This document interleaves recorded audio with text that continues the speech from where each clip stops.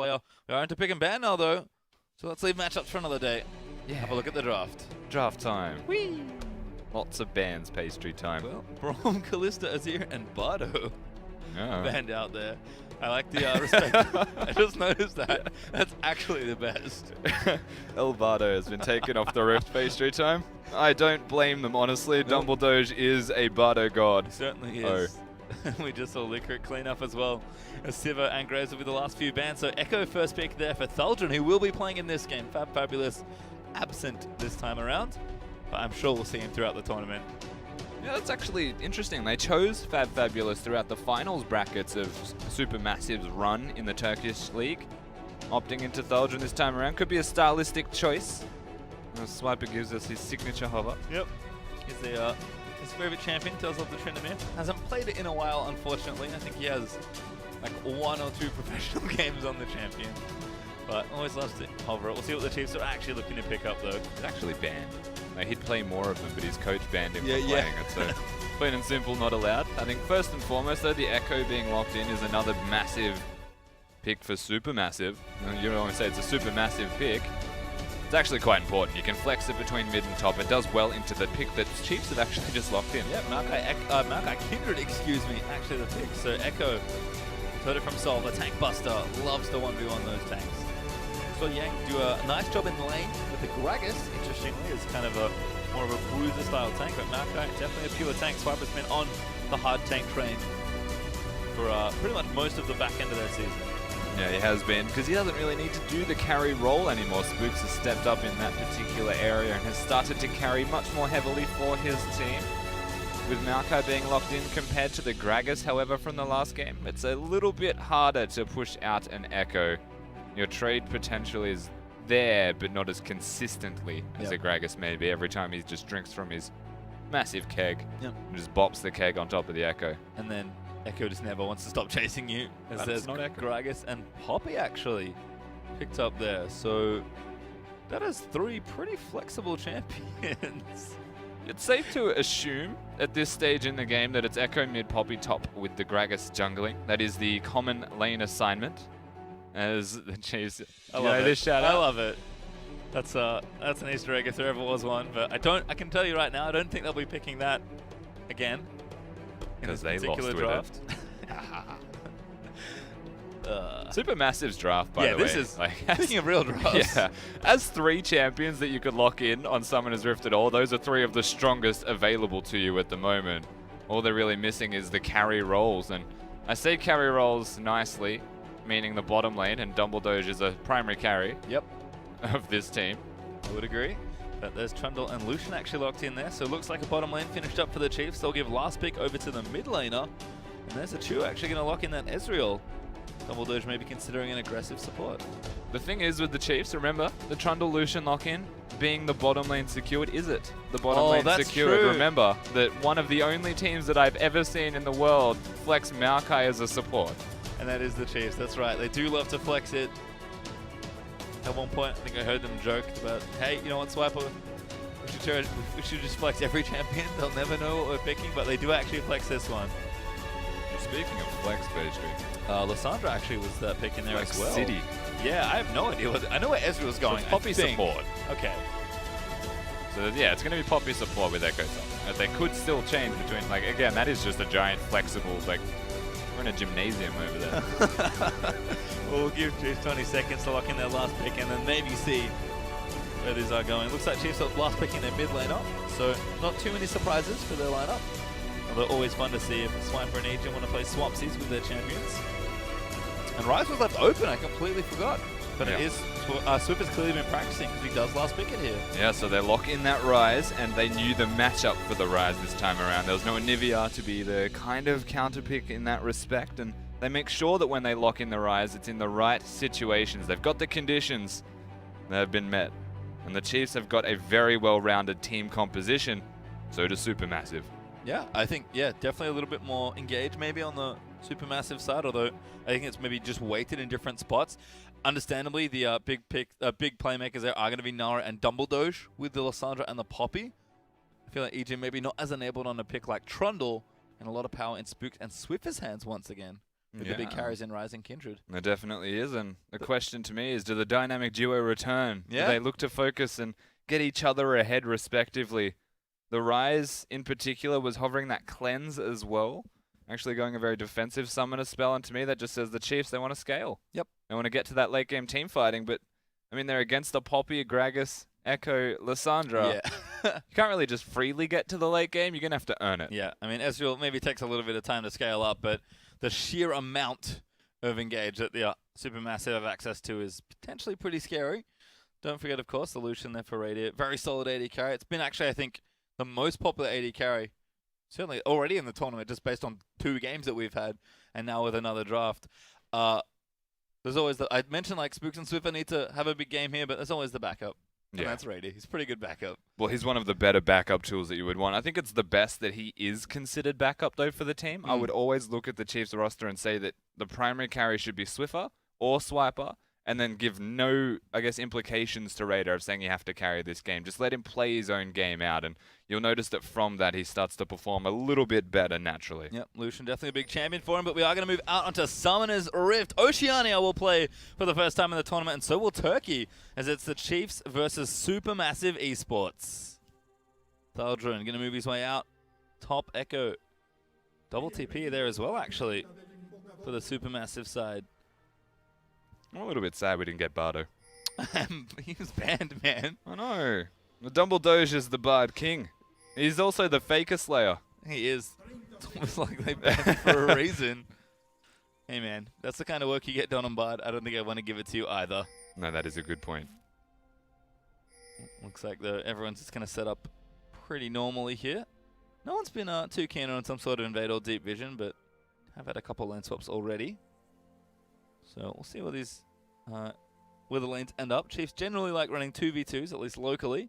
I have to think Dumbledore is always happy to pick a fight, but maybe Ezreal wants to get out of that lane. They're always entirely capable of lane swapping, though, both of these teams, you would imagine. We even, like, seeing it in the first game, to me, was a good sign that teams can lane swap, and whilst it wasn't perfect, they still showed a lot of competency in actually getting that done. So definitely promising signs early. I think that you are right, though. They will be looking for standard above all else. Well, we'll have to see how that affects things. Kindred is going to have to do some work early. That is something I think Sol highlighted earlier when he was on the casting desk. I'm not sure if you agree, but he said that, you know, if you play Kindred, you do need to sort of get some sort of a lead for yourself, generally by getting a few kills and starting the snowball roll. Well, it goes one of two ways, right? You either get the kills or you get the lucky mark, depending on which side of the jungle you started. Sometimes the kill isn't necessary because you've got the scuttle crab that spawns on the right side of the jungle.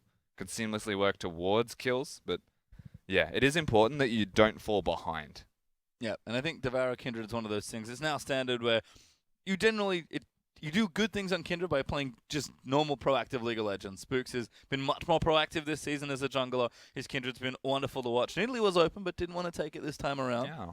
She has been dropping off in popularity just a bit, but I know Spooks of all the junglers at the tournament does have it ready if he ever wants to pull it out. That's still the surprising thing to me. I actually expected to see a Nidalee, and whilst the Kindred's great, there's a relative tier list of what's like necessary for your team, right? And the thing is, this time around, they've got a Rise that they were looking to pick in the mid lane. Obviously, they saved it till last, but it's still a strong pick. And by having the Kindred there, he can actually just stand on the spot and just throw out his spells and know that he's safe. So it creates zone. It's essentially a safety zone for the team to work around. Yeah, it kind of reminds me of, I mean, we've seen a lot of Sivir Kindred. Sivir was actually banned this game around, which, given Radier's recent local performances on the champion, I think I agree. Clearly, Supermassive have done some good homework there, taking it away.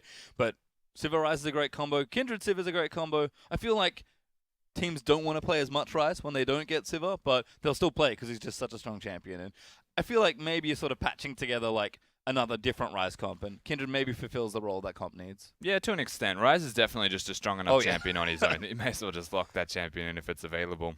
Most surprisingly, it was left till last. We've seen it actually even get banned in this tournament so far. So yes, a lot of attention been drawn to that. The Kindred kind of just aids to it a little bit further. The Maokai as well.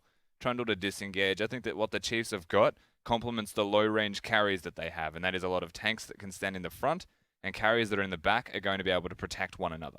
And what about the other side then? Because a really interesting comp for Turkey, actually. They picked 3 different flex picks. They've got an engage-heavy mid laner that does decent burst, I suppose. I I mean, I'm curious to your thoughts on that, because it's kind of obvious what the Chiefs want to do with their particular composition. But Turkey, so they picked lots of tanks early. They rounded it out with Ezreal and Lissandra. Just feels like a lot of control, a lot of engage. Maybe just trying to start fights early. Yeah, there's definitely going to be a lot of early skirmishing. Naturally, with the amount of engage that this team has got to back them up, they'll be looking to skirmish. There's the possibility that with the Ezreal, however, they want to delay it a little bit, work towards that big first item, 2 for Ezreal in particular, but even Echo wanting a full first item before they commit to anything overly aggressive would still naturally make a bit of sense. Ezreal, man, it's been everywhere. Yeah, he has. I've noticed. For me, I think a lot of AD carries look, and they're like, the tier list is sort of Sivir, and then Lucian, because Lucian's always good. He's like the Braum of AD carry now. You're just like, yeah, oh, he's open, just always let's go. there, yeah. Let's get him in there. But it's weird to me that Ezreal's the next sort of drop for a lot of these players. Like, Kalista sees some play. Sivir. It was banned He's in this always game. banned, I guess. Yeah, but like... Kalista's banned as well. Kalista's not always banned, though. No, it is against the Chiefs, I guess. Yes, which makes sense. Again, great homework done by SuperMassive there to clearly target out one of the stronger members of the team. But I feel like, Kalista's sort of in this, like, maybe column, which is like, she's pretty good in certain situations. Yeah, I think it's a certain champion, or player as well, type of champion, Kalista, but you're right. I think Lucian and Ezreal are the 2 primaries, and I think it's just because of how safe they are. And it goes to show with these teams as well, I suppose, where their focus actually lies. The Ezreal's never going to die.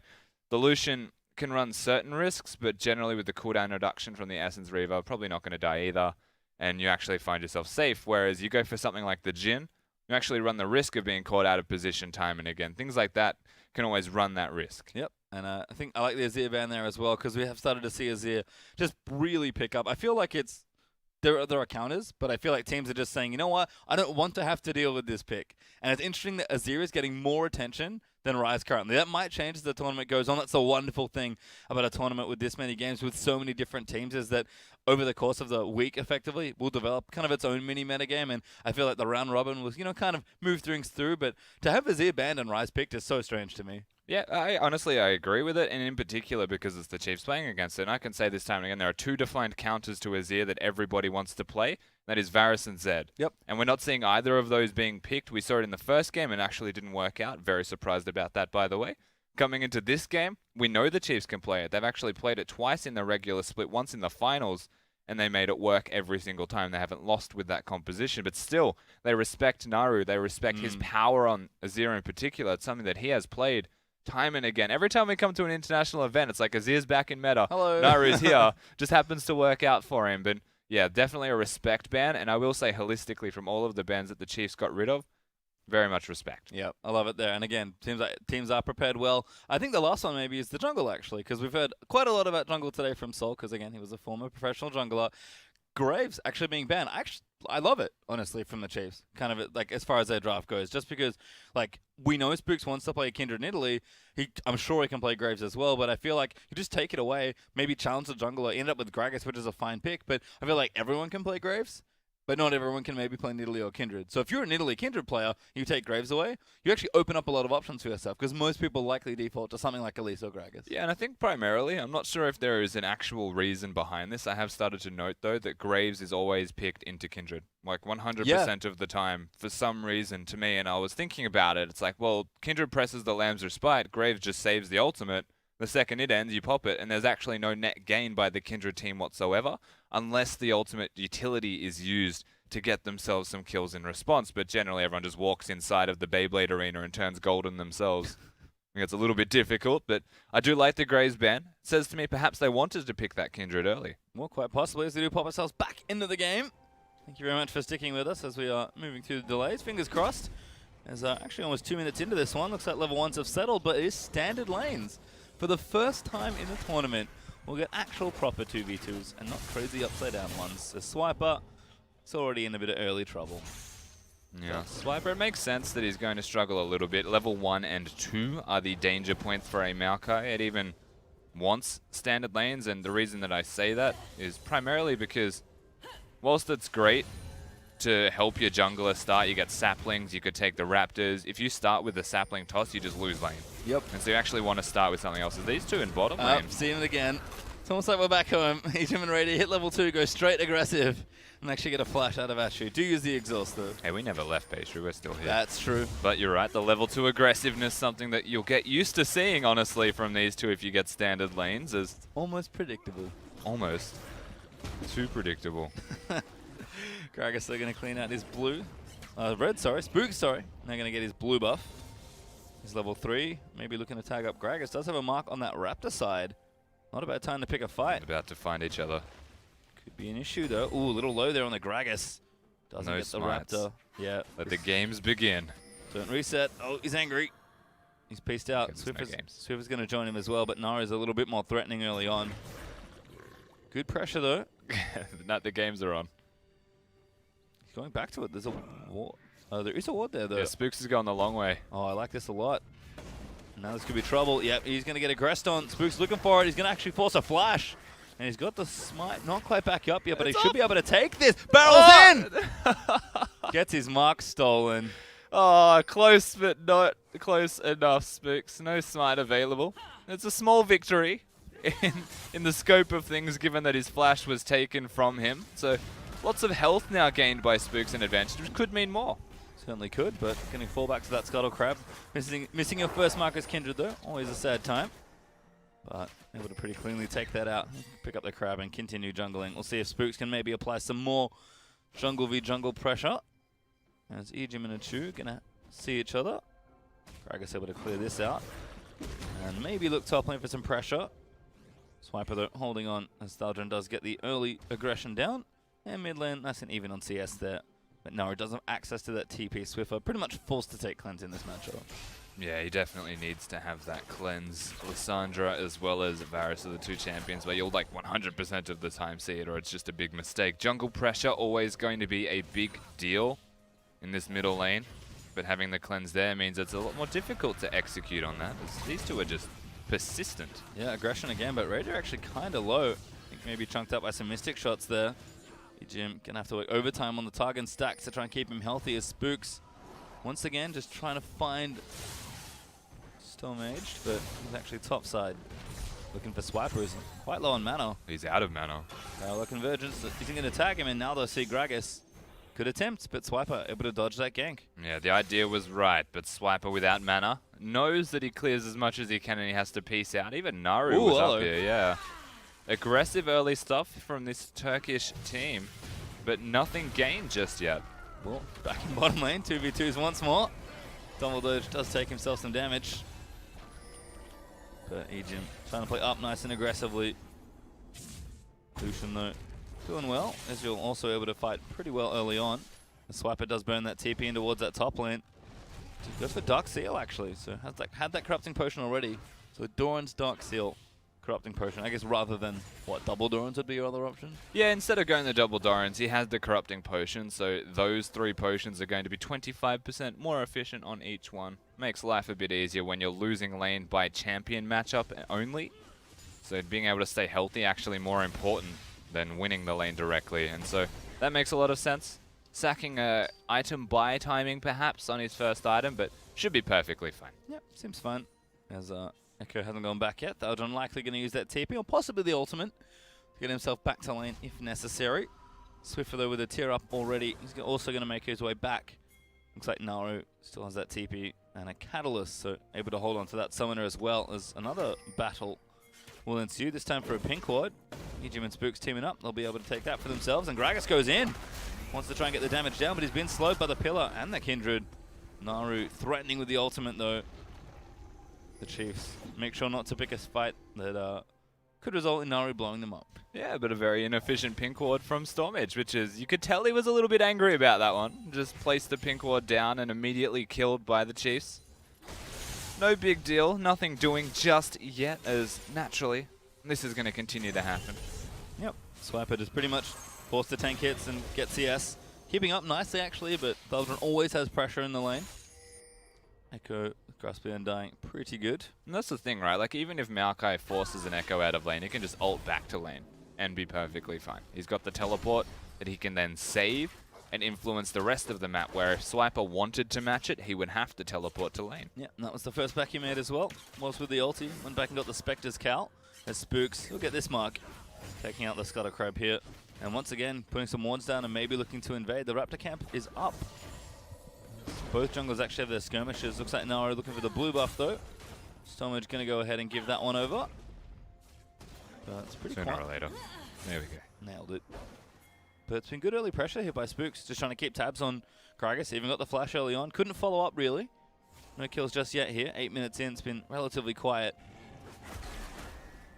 Now blue buff going to go over to Swiffer. He's also been stacking up nicely with the tier. Yeah, things very slow and a lot of respect shown at the start, but we haven't seen a lot from either of these teams just yet. This is their first opportunity to either hide their hand and win through standard, or forced into showing something. And so naturally in the first best of one with every other team at this event watching them, you don't want to show what you've got yet. No. Just pick standard, play standard. And that's why we'll see a so slow start. And that's the first 3 games we've gotten as well. Been some very standard drafts, but great play from all the teams we've seen so far. Swiffer actually going to chunk down those Raptors as his passive procs. Stelmage busy working on the Krugs. Have a few tiers in this game as well. One for Ezreal, one for Rise. So we need to charge those up, of course. It's Dumbledore just at level 6. Radio and Egypt don't quite want to go too aggressive. Actually getting zoned out kind of by the Poppy at this point. Although Egypt is standing and fighting where he can. Takes the buckler down as well as here comes Gragas. He's going to get spotted by that pink wall, but he'll clear it out, and this is a possible dive. Yeah, and that's a BF sword Lucian with a Trundle losing lane to a tier Ezreal. And that says a lot right now about how this lane's pressure is now starting to backfire. No health values to keep them up. Very surprising, honestly, that that's happening at all. Well, we'll see if this dive works out here, because this is a great setup here for the Gragas. Nara can join in as well. Chiefs? Oh, actually, no. Stalgion can as well. Yeah, I don't think this is safe.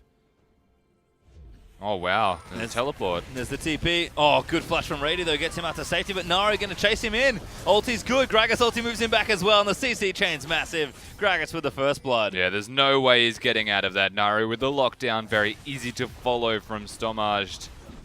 Quick, early first kill here. And that's the tower. That is probably control of the map now starting to just explode. Huge swing there for SuperMassive Esports. As they'll take out the turret, and they're not done. They'll keep pushing another wave in. Make sure it gets to the tower. Ezreal even burns the ulti just to make sure. And Spooks, you know, busy counter jungling up as Swiffer goes in and goes onto Naru. Very aggressive there for the Rise, forcing the flash. And guess who's here? Spooks looking for the dive.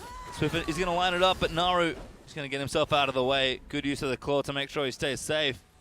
Narrow window to try and get that kill. Chiefs cannot quite get it. Yeah, it was absolutely a difficult kill to try and attain, but Naru having no flash, no teleport, as well as no ultimate, means he was quite susceptible to these ganks.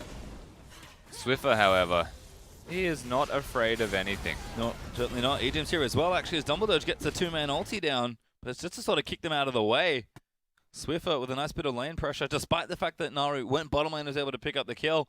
Intelligent answer there from the Chiefs. I was wondering if maybe Spooks should have been towards the bottom as the Kindred because he was level 6, but I think honestly with the way they tried to trade there, you can see what they wanted to do, sort of splitting the map in half. Yeah, I think he probably should have been bottom. I will agree with that. And definitely there was an idea in place by Spooks, and that he's just spending most of his time counter ganking.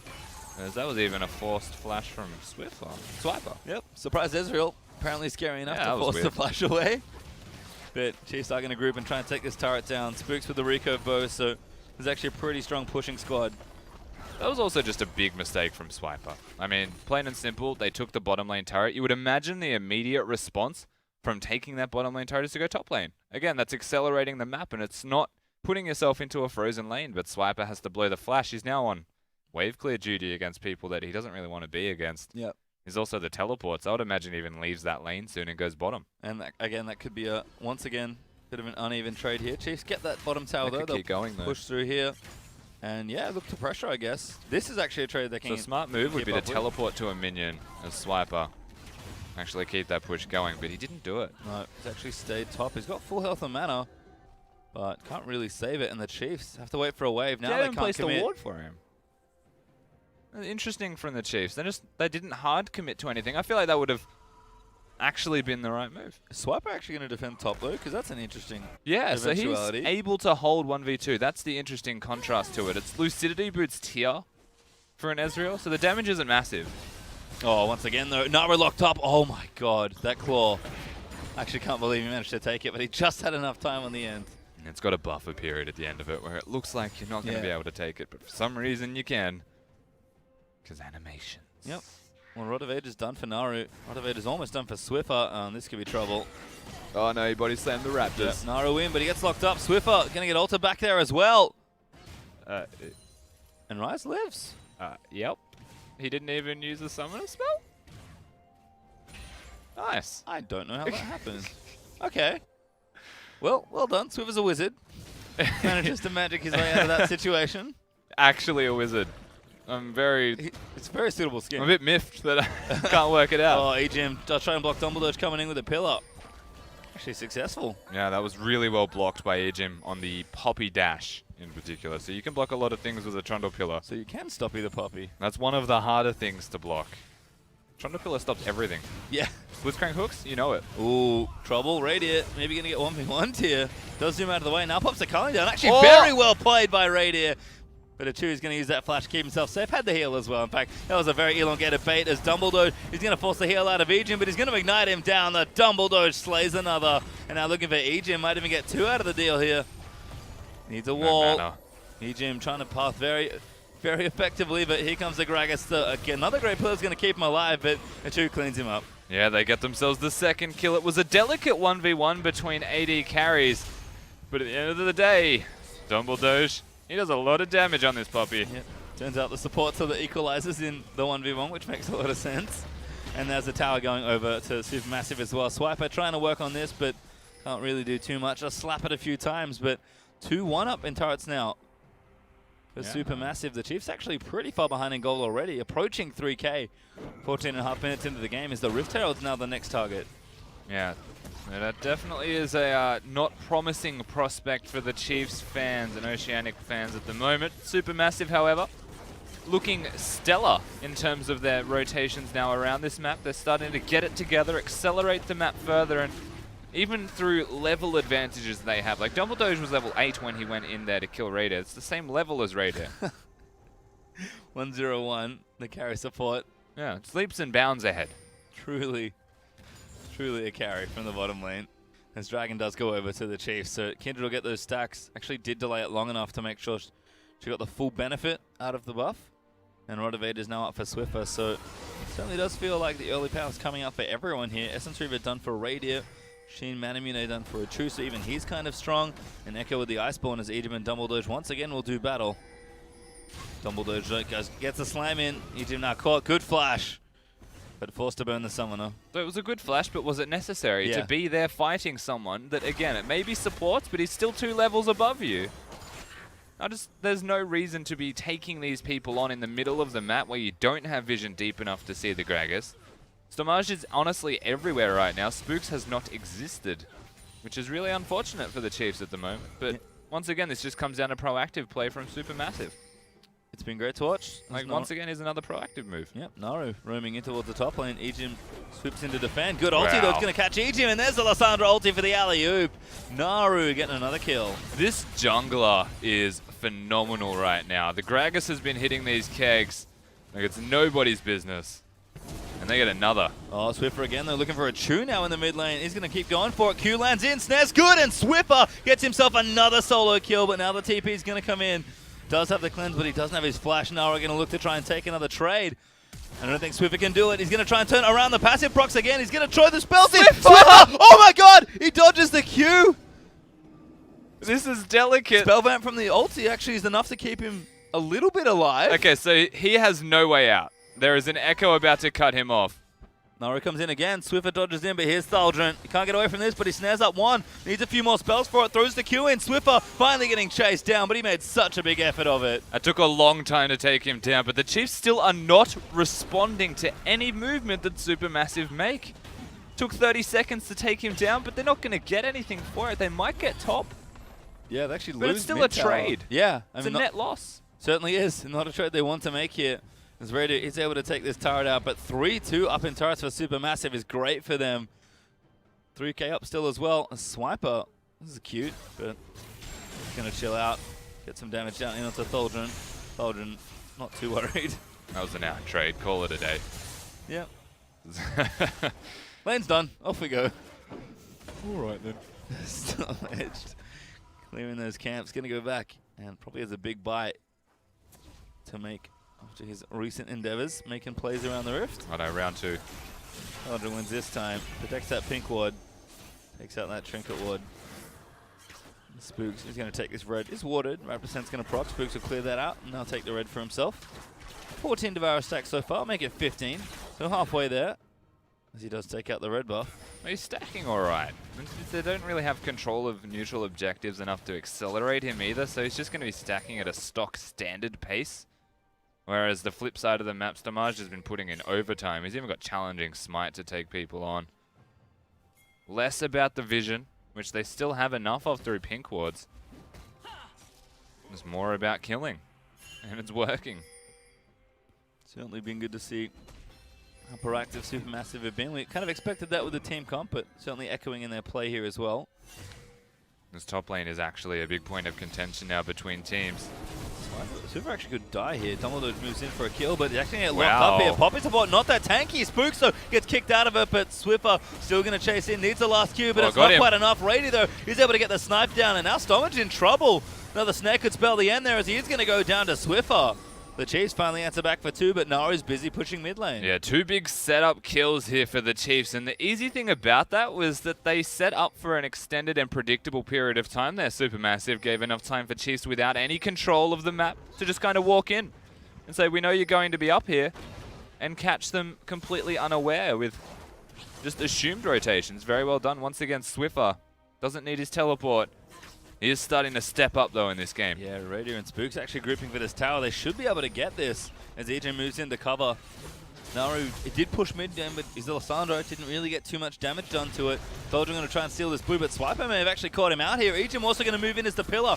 He's going to slow him down, but he phase dives away. Echo is so fast with the passive, and Thaldron is uncatchable. Yeah, he even turns around to have another, you know, smack on with Swiper. Yeah, I mean, no help coming.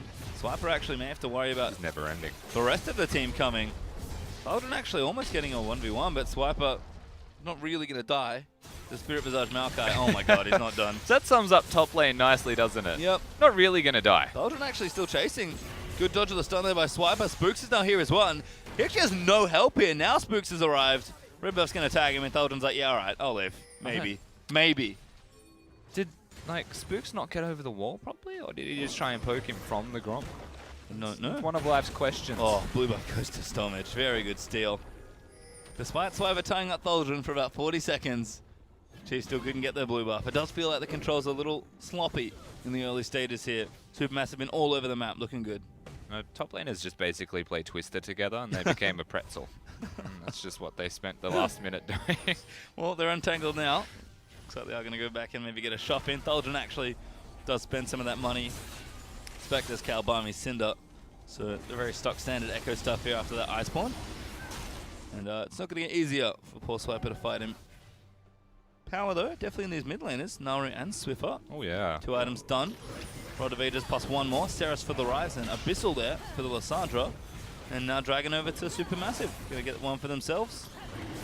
Spook's going to get denied those Devour stacks, and of course, Dragon 1's always good to have. I will say that, however, the gold lead has been substantially closed by the Chiefs, finding those picks, swapping and trading turrets down to even things back up. And yeah, we're almost across the board at 2 item spikes. You can see how much damage they're now doing. Super still fighting. Thaldron not as confident in that 1v1, but a good Ezreal ulti actually gets a bit of extra damage in. Not quite enough to pick a fight though. 3 members of Supermassive here trying to push in. There's Raider and Swiper looking to answer. Ejim and Spooks coming in as well. There's the culling burnt down. That'll clear that wave out, and the rest of the Chiefs will be there in time.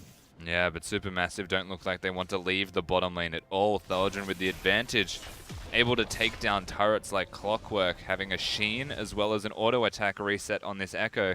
He can even move from there to top lane, and it's because of the side wave and minion manipulation that the Turkish league, the Turkish side have got, that they're able to hang out down here and just make it work slowly. Yeah, it's been excellent map control. Spooks actually hit some poke there. Raiding going to get aggressed on, but the Lamb's Spite maybe saves him. No, it doesn't. The Spook's also going to get taken up by Dumbledore. I think they both got pushed out of the Kindred ulti. And now Ejim's getting chased down. Swiper's here as well, but Swiffer has to play cleanup, and Swiper's getting tower dived here. Flashes straight back into the Lamb's, to the Parallel Convergence, sorry. And Swiffer just doesn't have enough damage. Amazing tower dive from SuperMassive gets them 3 kills. Yeah, they just they 3 kills. find the right time to execute, and they do it perfectly. I am shocked that Raider died, because the Kindred ultimate was down and Dumbledore ulted him out of it, so it must have been an Ignite that actually took him down whilst he was outside of it. And again, that was just so clean. In a situation where you're diving a turret against a Kindred and a Maokai, you never expect something to be clean like that. I would imagine the Chiefs looked at that and said, you can't dive us. There's no way that you can dive that. And then they dived them. And then they made it work. It went very well for SuperMassive. Swiffer missing a little late to that rotation, finally. The lack of TP hurting him a bit there. Clean. Yeah. Really well played. Get the tower out of it as well. So 5-3 up in turrets, 8-3 up in kills. Surge ahead in gold. They're about 4K up so far. Kind of approaching 5, sitting, I guess, at about 4,500. And they're not done. They're just continuing to push advantages around the map. It's just been such clean map play that's setting up plays, and when they finally go to actually make a play, they execute well. And you can see, like, even the amount of pink wards that they've got on the map around the Baron. Like, that says it all. They've got 4 pink wards in the river alone. The deep vision they've got, like, if Baron's not the objective they're looking for after they push in top lane, I don't know what is. That is actually just lit up. Like, you would be shocked to see that there is not a single piece of vision that they don't have. Yeah, complete clean vision on this left side. So well covered. And Swiper continuing to have problems here with the Echo. Another tower goes down. 6 now, all down, as that's the outers and the tier 2s all gone. And as you said, Baron is the most obvious objective. I think Spooks knows it, so he has to run in to try and get a ward down. Defensive Pink's going to find that ward. But still not nearly enough coverage for Chiefs around this Baron. Ejim's going to try and take the wards down, but Achu's going to zone him off that one. Ejim is going to move in to get it. But even Scuttlecrab goes down. Ejim just has to pillar. Like, they need to check Baron. Well, it's the first step, isn't it? And, I mean, the Turkish side had that well and truly in place, is vision. And then from vision, you're able to make picks or control objectives. Use those objectives to try and snowball the game. SuperMassive don't decide to pull the trigger, though. They still have control of the river, so they've got the neutral area still established. Chiefs just get back their own jungle, so honestly, it's one small push into the jungle again for Dumbledore and Stomaged. And they get themselves back enough control to do whatever they would like. And, I mean, based off that last dive, absolutely capable. Yeah, and, I mean, just look at the inventory still here for SuperMassive. They have 3 pink wards in their inventory, on top of the ones they've already placed around the Baron area. So, really exceptional play. Again, been very impressed by how they've been able to play around the map here. A Swiffer going to get aggressed on here by Thaldron. Does hit a pretty good chunk of damage there. Yeah, it's actually 5 strong from the pink wards. I keep coming back to them, but it's actually just really impressive to see this amount of control established. This looks like a problem, though. Ejim getting aggressed on. Oh, that was sick, but it actually saves him from the stun, I think. Ejim has ulted up, and I'm not sure he's going to get out of this one.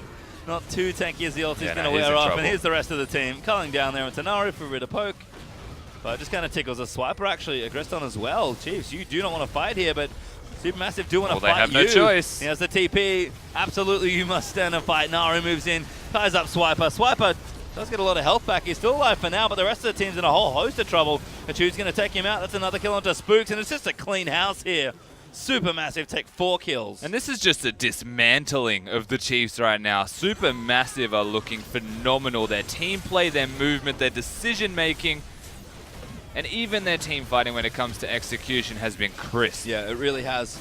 And the Chiefs, a team locally known for their pretty much the same thing. I feel like Turkey right now just outclassing them in this particular game. And they get the Baron. They've got such a massive gold lead. A supermassive gold lead, in fact. Well, it is. It's 9K. monstrous, yeah. 9,000 for anyone wondering. Can't just give them the hyperbole. They'll never know what the real lead is. How will I inform my audience otherwise? Oh, well, that's our job. Informing hyperbole? them. Yeah, I agree. Absolutely, That's yeah. my job, As vague apparently. as possible. As vague and as exciting as possible. There's Dragons back up here. It looks like SuperMassive are just going to start things up. Nara goes ahead and starts it. Dumbledore takes jungle duty for now because Stomach is busy taking his blue buff. It's a dead blue. It's like a speech from Rocky, you know? Yeah. Like, it's very vague because you can barely understand him. But it's very entertaining and exciting. Well, the brakes are not off at all. Here for the blue side. Now I'm going to start bottom side push. I've got the Baron. Thaldrin has been a huge thorn in Swiper's side pretty much since the lane started. He's got, what, 40 CS lead? This is a recurring and issue Echo with just never Swiper. has to leave. Yeah. Echoes just always seem to be an issue when it comes to Swiper. They also pick themselves and Maokai into it knowingly, which to me is just a big no-no. And it absolutely does backfire for them. First pick's looking good here as the Chiefs looking to get aggressive. Swiper actually TP'd in. Locked up Dumbledore. Just Stomach also taking some damage. The Chiefs need to find the fight here, but the flash out from Matthew should keep him safe. Daldra now in the mix, just tanking up all the damage as Dumbledore finds a stun onto Radiant. Radiant kiting as best he can, but Naru's going to take him out. Edgill's going to clean up Rise on the backside of it, and Spooks, he's trying to make it work, but SuperMassive just fighting far too well. Swiper going to be the next one to be chased down, and now Egium's the only one left alive. It's another 4-kill team fight. Yeah, once again, SuperMassive, they just look unstoppable in this game, and they just destroyed the Chiefs roster once again. That's most likely going to be game at 28 minutes. Bit different to the last two games that we have had, accelerated game time, and whilst we came into this, said there was going to be no favorites, they've made a claim to be the favorites here, Turkey. This is a message, most certainly sentence. The game is going to end. SuperMassive with a huge lead. Bat off the last stand for the Chiefs and take the game. Very convincing, pretty much all the way through. Yeah. And we talked about their players. We know how good individually their players are. We maybe wondered a little bit about their team play. They were a new-ish team in some ways. Did have some struggles locally, but absolutely no struggles in that game. Team play looked on point. Yeah, absolutely. That was just so well executed, honestly, from SuperMassive. From start to finish, they had control of the map.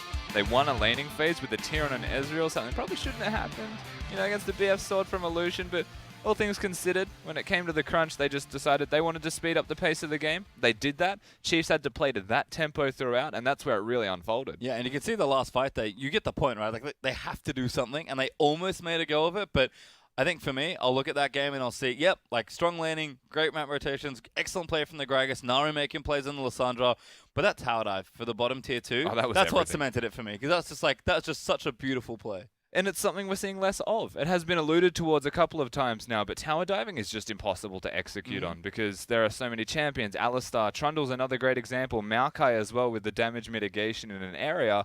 All of these champions that were still present on the side of the Chiefs, and SuperMassive said, we don't really care. Nope. We're just going to dive you, and we're going to make it work. Nobody dying and taking out 4 members. It's a statement if ever I've seen one. This team is confident, and they are playing well. Certainly is, and have to think about the jungle matchup a little bit as well. Spooks, great early start to his game. Honestly, like, Kendrick was looking good. He almost got the kill, burnt the flash, lost his Raptor, unfortunately, but, like, you could see where the aggression was. But Stomach just got unleashed in the ganks. Yeah, I'm still not sure that the Chiefs know how to play the fast pace that the Turkish team were actually bringing to them. I think that's the easiest way to put it, is they wanted to play slow. They wanted to get the stacks on Kindred. They wanted to ramp up with the Rise. You know what? The answer from SuperMassive was don't let them. Yep. And that's the problem, is the Chiefs had no answer to not letting them play that because they had a losing top lane.